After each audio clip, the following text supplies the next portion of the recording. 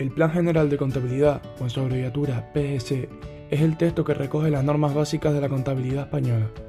El Plan General Contable no es obligatorio en su totalidad, se compone en 5 partes, las cuales 3 de ellas son de obligatorio cumplimiento y las 2 restantes voluntarias. No obstante, a pesar de ser voluntarias, son las más usadas, ya que facilitan el trabajo y la comparativa de datos a nivel interno y a nivel de mercado. En cuanto al marco conceptual, es tan importante debido a que es el apartado donde se recogen las bases de la contabilidad y donde se definen los conceptos fundamentales que son los pilares de la contabilidad. Es el primer apartado obligatorio y es básico para entender el resto del Plan General Contable. Cuando no sé cómo contabilizar algo, miro en el cuadro de cuentas el número y nombre de la cuenta. Si aún así no me es suficiente porque no entiendo el título o no sé qué incluir en esta, voy a la quinta parte del Plan General Contable para ver la definición de dicha cuenta, su procedimiento y lo que incluye.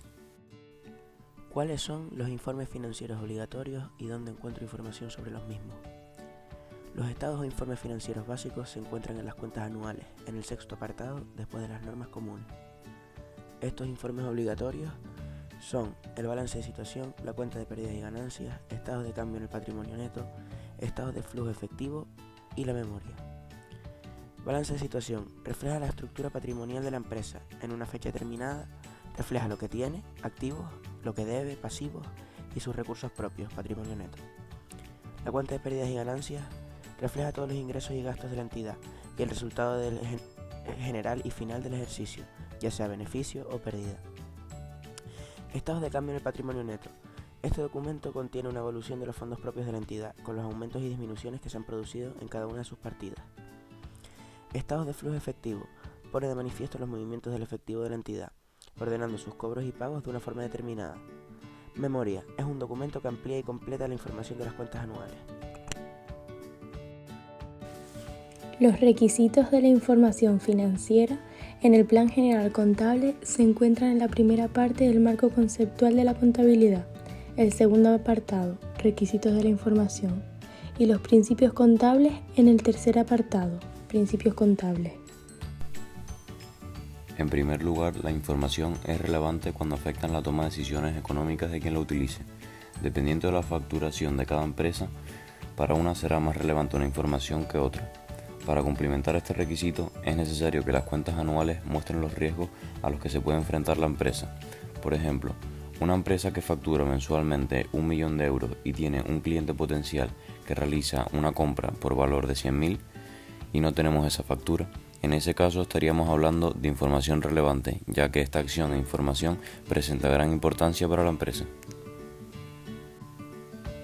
Además, esta información debe ser fiable. La información mostrada en las cuentas anuales debe ser correcta y neutral, para que así los usuarios confíen en que los datos mostrados representen a la empresa en su totalidad. Otro requisito que viene derivado de la fiabilidad es la integridad. Esta se alcanza cuando la información financiera contiene todos los datos necesarios para guiarnos en la toma de decisiones, es decir, cuando disponemos de la totalidad de datos que nos hace falta para saber qué decisión tomar. Por ejemplo, si un inversor quiere ver en qué estado financiero se encuentra la empresa, querrá consultar esta información y para que le sea útil, dicha información debe ser correcta, neutral, completa, etc. Es decir, que cumpla con los requisitos de fiabilidad e integridad. Para que la información financiera sea comparable, debe permitir el poder de identificar y analizar las diferencias y similitudes de la empresa a los clientes. Por ejemplo, si queremos analizar y ver la diferencia entre resultados de 2 periodos de tiempos diferentes, con respecto al año pasado, en este caso, esta información debe ser comparable, para así ver si los resultados han ido a mejor o a peor. Y por último, la claridad implica que se debe mostrar la información y los datos de manera que se entienda y sean fáciles de analizar para poder tomar decisiones necesarias en la empresa. Es decir, la información no puede ser liosa, mezclar ideas ni repetitiva, puesto que si no, la toma de decisiones se ralentizará y puede conllevar a consecuencias para la empresa. Empresa en funcionamiento. Este principio tiene como principal idea que la actividad de la empresa va a seguir en un futuro, es decir, que creemos que no va a ser por un periodo de tiempo determinado. El devengo contabiliza correctamente un ingreso o egreso, es decir, situar el gasto correspondiente en el ejercicio o mes correspondiente a la fecha que se realizó. Contabilizar las cuentas cuando ocurre, por ejemplo, Una empresa que vende mercaderías el día 1 de enero, pero va a efectuar el cobro el día 10 de enero, tiene que contabilizar esa acción el día 1, ya que es ahí cuando se crea el devengo. Uniformidad establece que, para la información de activo y pasivo pueda ser comparable, tiene que regirse por los mismos criterios. Por ejemplo, realizar la valoración de inventarios. Cuarto principio, prudencia. Exige que los informes muestren el escenario menos optimista o más conservador. Ante una situación de incertidumbre, ponernos en el peor de los casos, siempre que tengamos probabilidades altas de que esto ocurra.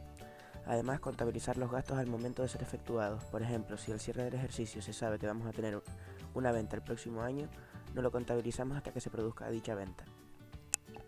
Quinto principio, no compensación.